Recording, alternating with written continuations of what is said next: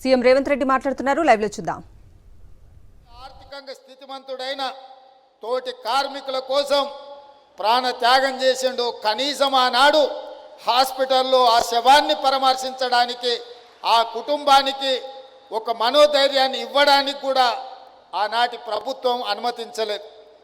ఆ రోజు ఆ కుటుంబాన్ని కలిసి ఓదార్చి తప్పకుండా మంచి రోజులు వస్తాయి, ఎల్లకాలం తెలంగాణ ఇట్లనే ఉండదు, ఉమ్మడి రాష్ట్రానికంటే తెలంగాణ రాష్ట్రంలో కార్మికుల మీద దౌర్జన్యం జరుగుతుంది, ఇది ఎల్లకాలం సాగదు, మీకు మంచి రోజులు వస్తాయి, ఆ మంచి రోజుల కోసం మనం అందరం కలిసి కొట్లాడదామని చెప్పి ఆ రోజు మాట్లాడడం జరిగింది.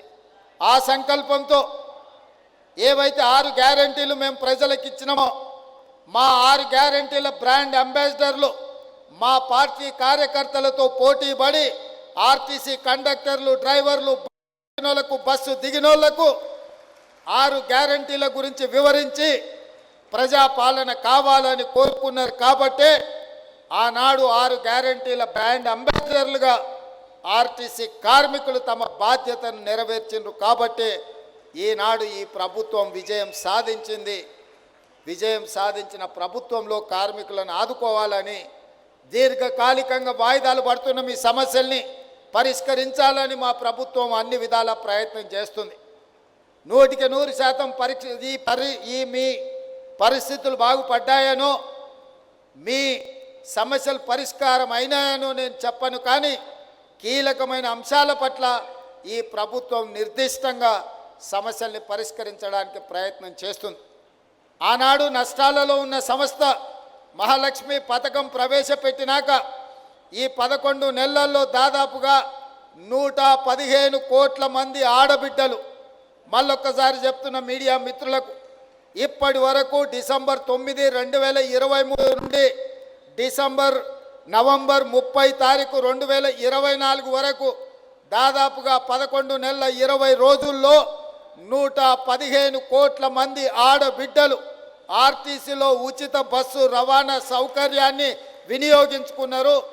దానికి సంబంధించి దాదాపుగా 4,000 కోట్ల రూపాయలు ఈరోజు రోడ్డు రవాణా సంస్థకు రాష్ట్ర ప్రభుత్వం బదిలీ చేయడంతో నష్టాలలో ఉన్న ఆర్టీసీ సంస్థ ఈరోజు లాభాలలో నడుస్తుంది.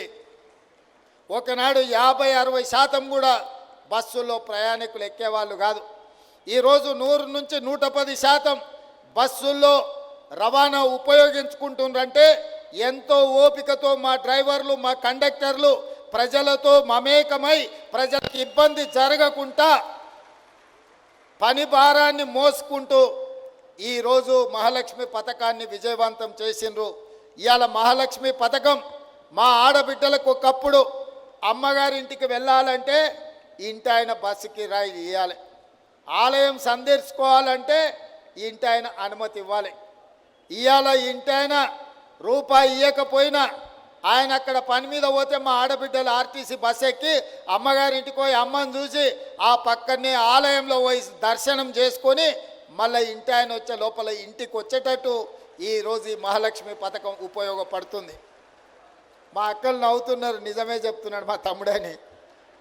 నేను చూస్తుంటే కదా, మాట్లాడుతుంటే కదా అందరితోటి, ఒక్కొక్క మహిళకు ఈ వేదిక మీద నుంచి చెప్పదలుచుకున్న, ఉద్యోగం చేసే ఆడబిడ్డలకు, చదువుకోవడానికి వెళ్ళే ఆడబిడ్డలకు 5,000 నుంచి 7,000 రూపాయలు రోజుకు యావరేజ్గా 35 నుంచి 40 రూపాయలు ఆడబిడ్డలకు సేవింగ్ వస్తుంది.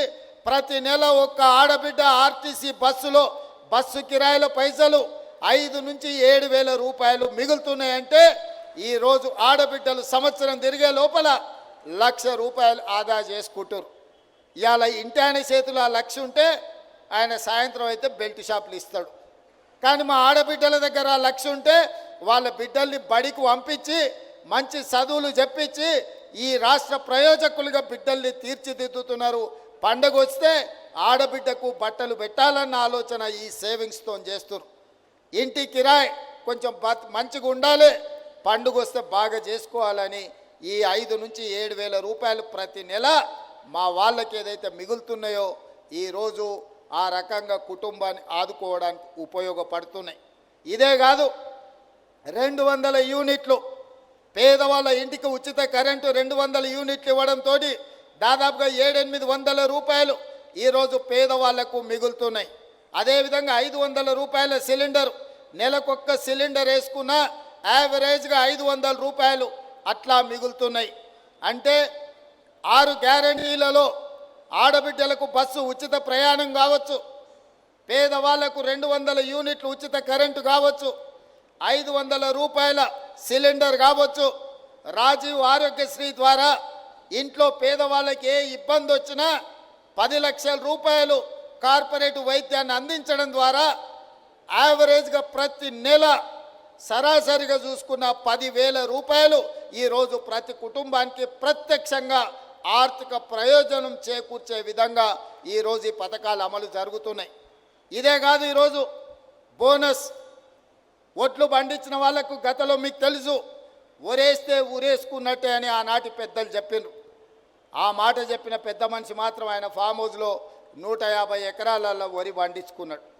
ఆయన పండించిన ఒట్లలో మరి బంగారం ఉందేమో నాకు తెలియదు, కానీ కావేరీ సీడ్స్ అనే సంస్థ 4,200 రూపాయలు క్వింటాల్కి ఇచ్చి కొన్నదయా.